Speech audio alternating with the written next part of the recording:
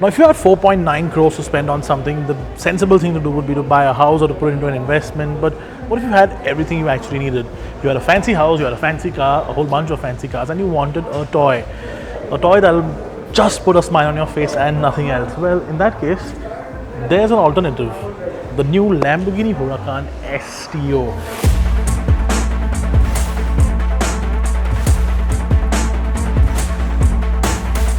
Now, this of course is the first time that we've seen it in India.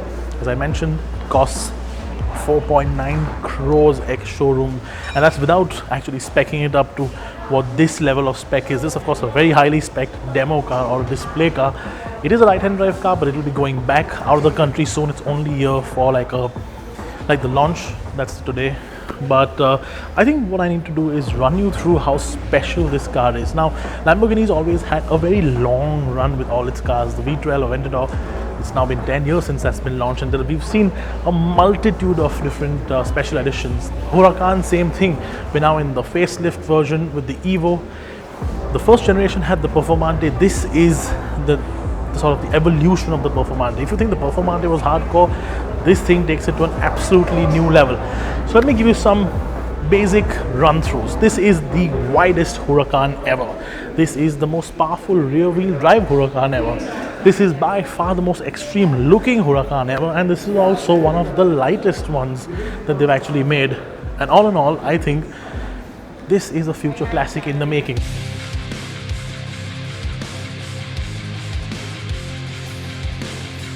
Now, let me just sort of start with the front, because obviously there's a lot more aero, it's a lot more aggressive, but it's not as simple as it seems. Lamborghini have really taken it to the next level with this. For example, all of this, the whole front end that you see in front of the A-pillar, it's all one single piece of carbon fiber. It's called Cofango. In case you're wondering what that is, it's Cofano, which means bonnet in Italian, and Parafango, which means fender in Italian. It's an amalgamation of all of that together, one word, Cofango, and it opens in the front.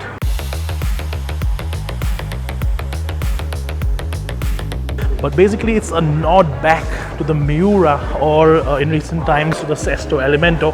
And honestly, it's a big nod to the racing cars, because when you need to access stuff really quickly when you're racing the Le Mans or Daytona or Nürburgring 24-hour races, you need to really quickly access stuff. So that whole thing opens up. Of course, you've got brand new aero in the front, a lot more aggressive. It's the Lamborghini ALA technology. Big vents in the front sort of bonnet to give it better cooling, and you've got the new vents on the fender to aid brake cooling. Now, the fender itself is a much wider fender, because this of course is modeled after the Super Trofeo race cars. Now, in essence, the STO, Super Trofeo Omologato, means a race car Super Trofeo series homologated for the road. Now, this is like a joint project between Centro Stile, which is the design department of Lamborghini, and Super Trofeo, which is the race division of Lamborghini. So let's move on. Let's move to the back here. Obviously, as I mentioned, the fender is much wider, but it's not just the front fender. Look at this. It's like a little wide body aftermarket car almost. It's like a Liberty Walk car. Now, I know all you guys watching know what Liberty Walk means, because they are like the coolest things in the aftermarket tuning scene right now. So this is very similar to that. Of course, you've got this big manually adjustable wing. Look how nice it looks. All satin black and all carbon fiber. These end plates that go in. And my favorite part of the whole car is this. Come in here. Now that is an air intake. Now let me tell you a little story, right? Every time I drew a little car as a kid, a supercar or like a sports car, one of these was always on there. It's excess, and that's what Lamborghini does really well. Honestly, we've seen it before in the Diablo GT. It's something that's really cool. It just gives a little bit more excitement, doesn't it?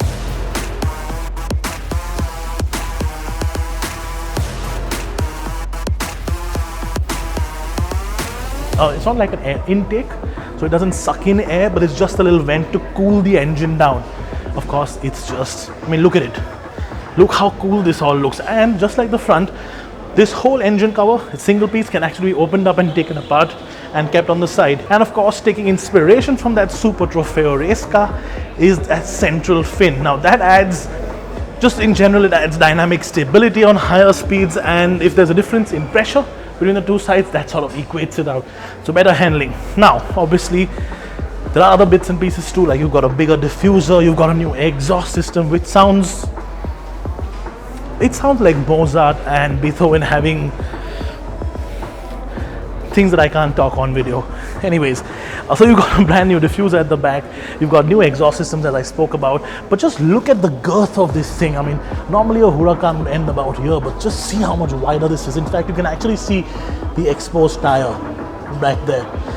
This is going to get a lot of stone chips, so PPF probably on that, maybe a better idea if you're actually going to buy one. Ooh, I mean, just, don't you think this is going to be a future classic? I think the Huracan is of course one of the better driving Lamborghinis. It's much better to drive than the Aventador, so don't you think it's going to be just the coolest car, considering the fact that this might just be the final Huracan? Will it be though? I don't know. I mean, knowing Lamborghini in the past, they might have another special edition, another something special coming along the way, but just, I mean, it's a very, very cool car.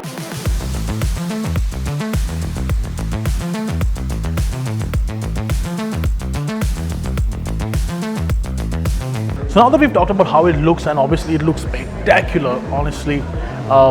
We've seen the international car in the blue and orange paint scheme, more like a Gulf livery. This is a little more subdued, a little more mature.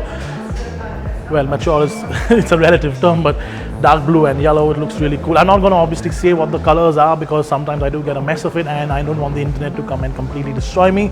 I do think that's Giallo Midas though, I think. I mean, if I'm wrong, please don't come and completely slaughter me, right? Dynamic abilities though, that's the key thing. So you've got of course a lot more downforce, even more downforce than the Performante had, a lot more downforce than the Performante, and it's lighter than the Performante as well. Now it still has the 5.2 litre V10 at the back, still naturally aspirated, so it makes an absolute racket as I talked about earlier. But it's as I mentioned, the most powerful rear wheel drive Huracan ever. That's an important thing because on a track you don't want to have that extra weight from four-wheel drive. Even the direct rival to this, maybe the GT2 RS, is still rear wheel drive, so this takes on that. Honestly, I can't wait to take it on the BIC and see how close I can get to some of the records that have been set out there. It will be very, very, very quick. It also has rear wheel steering, which of course aids to the dynamic abilities of the car. So under a certain speed, it the rear wheels move in a different direction as the front ones. Above a certain speed, move in the same direction. Pretty much standard spec on a lot of high performance cars today. But you can also get it with stuff like an optional roll cage in the back, which adds to that little bit of rigidity. And honestly, if I was getting one, I'd have the roll cage, I'd have the most extreme seats, I'd have the 4-point harnesses, just make it into a completely unusable track car for the road, because at the end of the day, that's what this car is all about, isn't it? It's just an expression of complete craziness, and that's what Lamborghini do so well. I'm even doing the hand movements like an Italian does, so you can clearly see that this car has me all sort of gushing in red.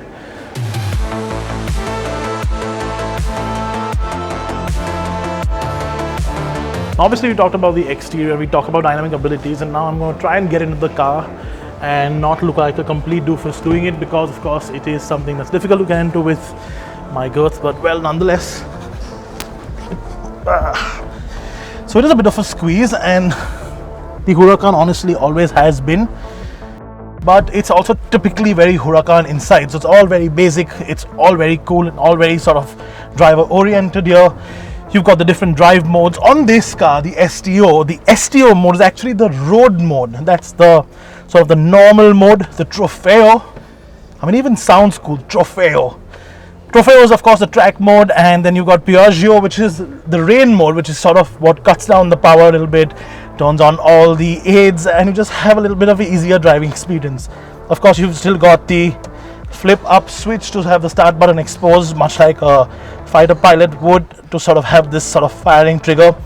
And on the whole, you've got Alcantara everywhere. You've got these seats. Honestly, these racing seats, I remember driving the Performante not too long ago, and these racing seats are a little bit more comfortable, a little bit more padded as compared to the Performante, and that's an actual issue that a lot of owners gave a feedback about, because the Performante was just very, very difficult to drive, considering how uncomfortable it was on the road. See these little red tabs here?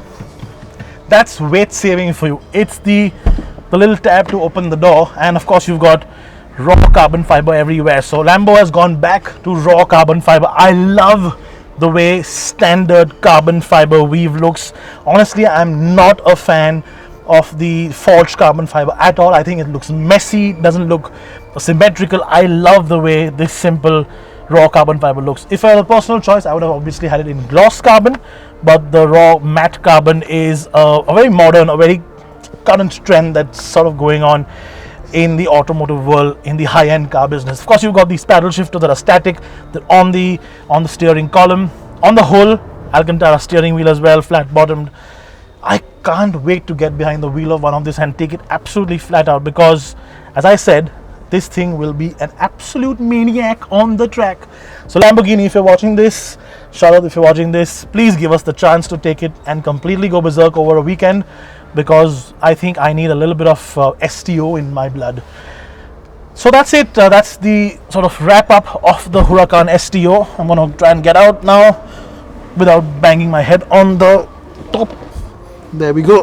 The easiest way of getting out. You might need to be a little more fitter than I am to actually get in and out of this car a little bit easier, but there you have it, the new Lamborghini Huracan STO, the most extreme Huracan ever made, and I think honestly it's going to be the most desirable Huracan ever made as well, if not the best driving Lamborghini, road going Lamborghini that we've seen in a long time. So what do you think about the car? Would you buy one of these over say a GT2 RS or over one of the more limited edition Ferraris? Tell us in the comment section below, and as always, thank you so much for watching. Don't forget to subscribe, and we'll see you in the next video, hopefully behind the wheel of the STO.